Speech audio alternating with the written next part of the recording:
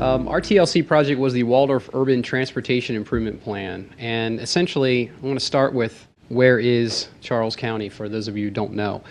We're about 18 miles south of the district border, border to border, and our commuters travel through Prince George's County to get into the district on a daily basis. We are primarily a bedroom community to Washington, D.C. We have a lot of federal employees, and we are trying to change the way we've developed for the last 100 years. Essentially, what the Waldorf area has done, or what the county has done with the Waldorf area, is we've developed the Waldorf Urban Design Study, and what that looked at was a whole series of parameters, but in a second I'll get into that. But more specifically, the Waldorf Urban Design Study is a very narrow column along US 301 in the Waldorf area.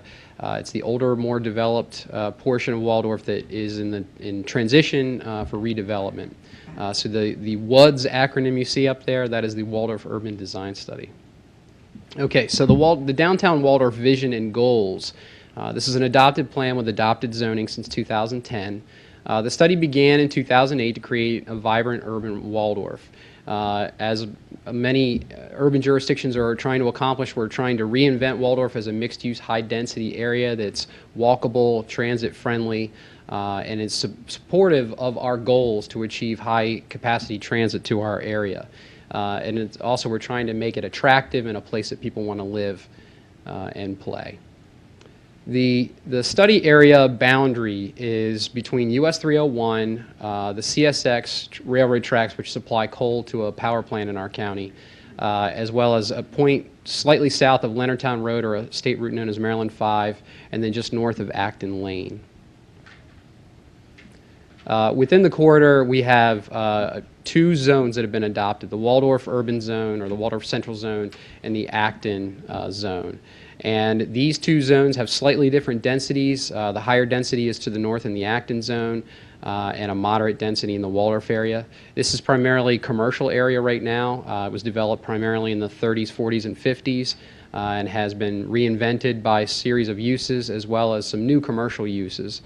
But we're looking to create a mixed-use downtown.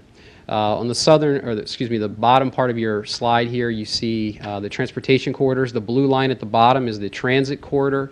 That's currently the CSX line, and our partners at Maryland Transit Administration have completed a study to bring light rail, or BRT, to our area, which would be a 60-foot wide corridor paralleling the railroad tracks on the west side, which is above the blue line on your screen.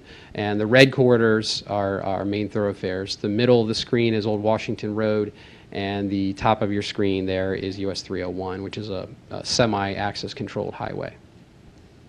So this is roughly the scale. You're looking at certain areas are roughly 2, 3, 4 stories on the average side, because we're knowing that transitioning to a higher density is going to be gradual. We primarily have 1- and 2-story developments today. We're looking at having a bicycle-friendly environment, wide sidewalks for commercial and retail, as well as residential above, and then a mix of other residential and commercial uses. Essentially, the project goals were to establish an implementation plan for the transportation infrastructure, create that catalyst for that redevelopment to occur, develop a priority and phasing plan of those improvements, because we need to know what needs to come first, and develop cost estimates for those improvements, because we need to know what we're going to need to spend. Also, we were to determine public investments versus privately funded improvements. So what are we going to pay for, and what do we expect the private sector to pay for? Investigate funding mechanisms to actually see those improvements occur, and then recommend appropriate funding mechanisms, different ways of financing those improvements. And then finally, the ultimate goal is achieving a development of intended quality and density. Okay, so our approach was to start with the proposed road network in the plan. The Waldorf Urban Design Study had a series of roads, as you see here on the screen.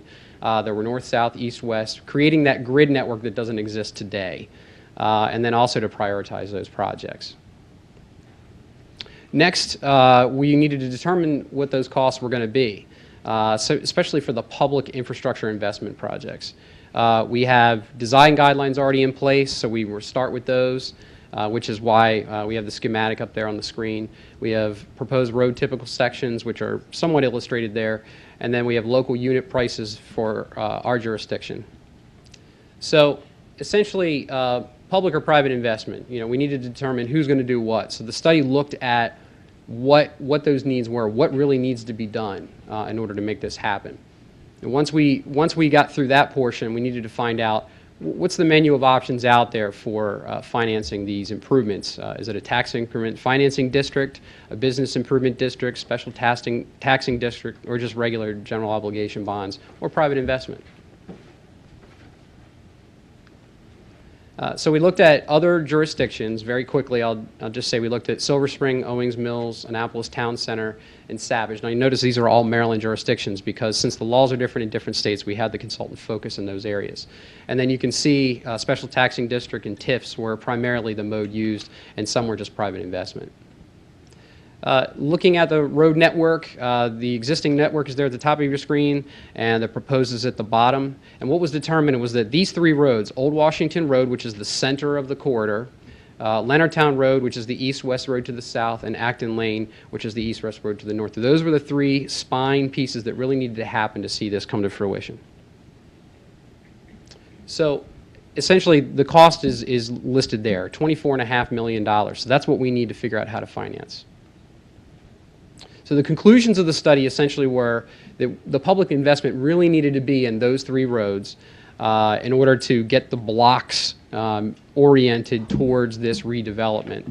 Essentially, that would include street furniture, sidewalks, bicycle lanes, and appropriate on-street parking where needed, as well as accommodating potential municipal parking facilities such as a lot eventually to be a parking garage. A TIF could be used is what we found, but due to parcel assemblage difficulties and that sort of thing, it may not be the optimum option right at this current day, but in the near future it could be. Public-private partnerships were strongly encouraged, obviously, and the main purpose was to get that anchor in there. We really need an anchor to make it happen.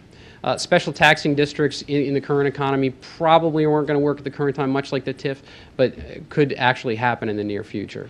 And then finally, we wanted to establish a redevelopment authority. So thank you.